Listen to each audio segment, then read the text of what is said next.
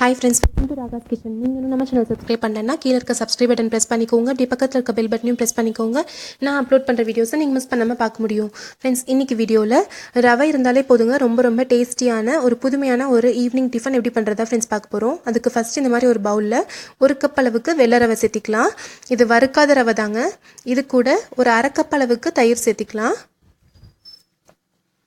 கூடவே ஒரு 1/2 கப் அளவுக்கு நான் தண்ணி சேர்த்திக்கிறேன். இதுக்கு தேவையான அளவுக்கு உப்பு சேர்த்திக்கலாம்.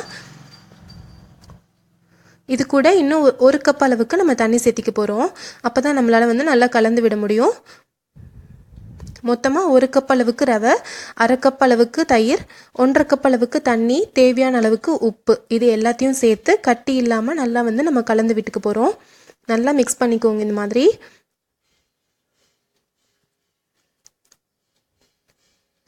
நல்லா கட்டி இல்லாமல் மிக்ஸ் பண்ணிவிட்டு இதை நம்ம ஒரு 10 நிமிஷத்துக்கு ஊற வைக்க போகிறோம். ஒரு 10 நிமிஷம் ஊற வச்சாலே போதுங்க, நம்மளுக்கு இது ரெடி ஆயிரும். இப்போ நம்ம கட்டி இல்லாமல் நல்லா மிக்ஸ் பண்ணியாச்சு. இதை இப்போ நம்ம மூடி வச்சிடலாம். அதுக்குள்ளார ஒரு 10 நிமிஷத்தில் நம்ம ஸ்டஃபிங் ரெடி பண்ணிடலாம். உள்ளார வைக்கிற ஸ்டஃபிங்க்கு ஒரு பேன் எடுத்துக்கலாம். அதில் 1 ஸ்பூன் அளவுக்கு ஆயில் சேர்த்திருக்கேன். ஆயில் நல்லா சூடாகட்டும். ஒரு பெரிய வெங்காயத்தை நல்லா பொடியாக நறுக்கி சேர்த்திக்கலாம். கொஞ்சம் வெங்காயம் வதங்கி வரட்டுங்க. இது கூட நம்ம தக்காளி சேர்த்திக்க போகிறோம். ஒரு தக்காளி நல்லா பொடியாக நறுக்குனது இது கூட நம்ம சேர்த்திக்க போகிறோம்.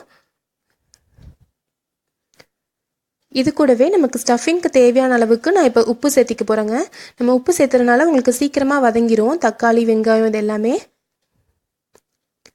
இப்போ நம்ம ஸ்டஃபிங்க்கு தேவையான அளவுக்கு உப்பு சேர்த்திக்கலாம்.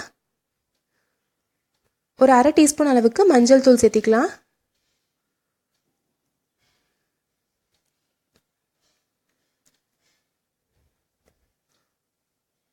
தக்காளி கொஞ்சம் நல்லா வெந்து வரட்டும், அது வரைக்கும் வெயிட் பண்ணலாம். இப்போ தக்காளி நல்லா வெந்துருச்சு. இப்போ இது கூட நம்ம காரத்துக்கு தகுந்த மாதிரி மிளகாய்த்தூள் சேர்த்திக்கலாம். நான் 1 டேபிள் ஸ்பூன் அளவுக்கு மிளகாய்த்தூள் சேர்த்திருக்கேங்க. கூடவே ஒரு 1/2 டேபிள் ஸ்பூன் அளவுக்கு கரம் மசாலா சேர்த்திக்கலாம். இது எல்லாத்தையும் சேர்த்து நல்லா இப்போ கலந்து விட்டுக்கோங்க. இது கூட உங்களுக்கு பிடிச்ச மாதிரி வெஜிடபிள்ஸ் எது வேணாலும் சேர்த்திக்கலாங்க. கேரட், பட்டாணி, அதுக்கப்புறம் உங்களுக்கு பிடிச்ச காய்கறிகள் எது வேணாலும் சேர்த்திக்கலாம். நான் இன்றைக்கி உருளைக்கிழங்கு மட்டும் சேர்த்திருக்கேன். 2 கிழங்கு எடுத்து நல்லா வேக வச்சு மசிச்சு வச்சுருக்கேன். அதை இது கூட நான் இப்போ சேர்த்திக்கிறேன். இது எல்லாமே நல்லா சேர்ந்து கலந்து வரட்டும்.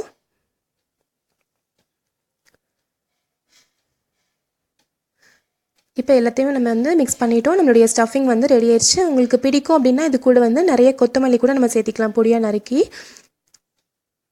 இப்போ நம்ம ஸ்டஃபிங் ரெடி பண்ணிட்டோம். இப்போ நம்ம மேல் மாவுக்கு நம்ம ரவை ஊற வச்சுருந்தோம் இல்லைங்களா, அது 10 நிமிஷத்துக்கிட்ட ஆயிடுச்சு. நல்லா ஊறிடுச்சு. இப்போ நம்ம இதை மிக்ஸி ஜாரில் போட்டு நல்லா நைஸாக அரைச்சி எடுத்துக்க போகிறோம். இப்போ நல்லா நைஸாக அரைச்சி எடுத்திருக்கேன் பாருங்கள். நல்லா பால் மாதிரி நல்லா நைஸாக இருக்குது பாருங்கள். எங்கேயுமே உங்களுக்கு கட்டியே இல்லாமல் இருக்கும். இந்த மாதிரி ரெடி பண்ணிக்கோங்க. இதில்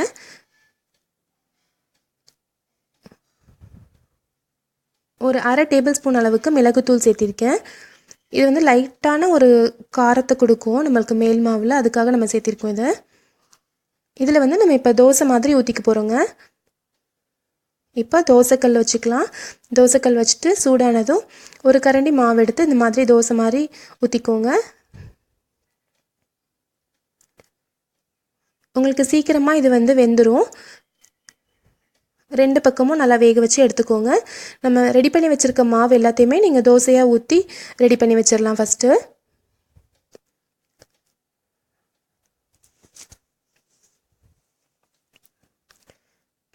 பாருங்கள், இந்த மாதிரி இப்போ எல்லாத்தையுமே நான் தோசையாக ஊற்றி எடுத்துக்க போகிறேன்.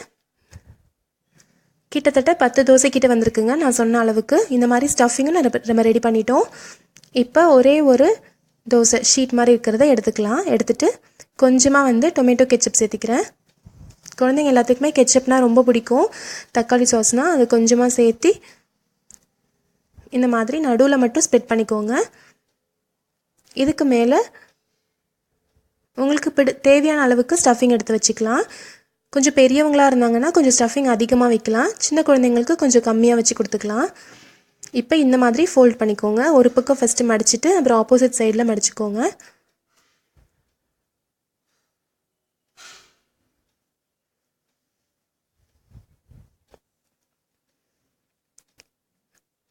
இப்போ நம்மளுடைய ஃபோல்டிங் பண்ணி ஒரு பாக்கெட் வந்து ரெடி பண்ணிட்டோம். இதே மாதிரி எல்லாத்தையுமே நம்ம வந்து ரெடி பண்ணி வச்சுக்கலாம். உங்களுக்கு வேணும் அப்படின்னா இதில் வந்து நீங்கள் சீஸ் துருவி சேர்த்திக்கலாம், பன்னீர் கூட சேர்த்திக்கலாம். ரொம்ப ரொம்ப டேஸ்ட்டாக இருக்குங்க. இப்போ ஒரு ஃப்ரையிங் பேனில் ஒரு 2லேருந்து 3 டேபிள் ஸ்பூன் அளவுக்கு ஆயில் சேர்த்திக்கோங்க. ஆயில் நல்லா சூடாகட்டும்.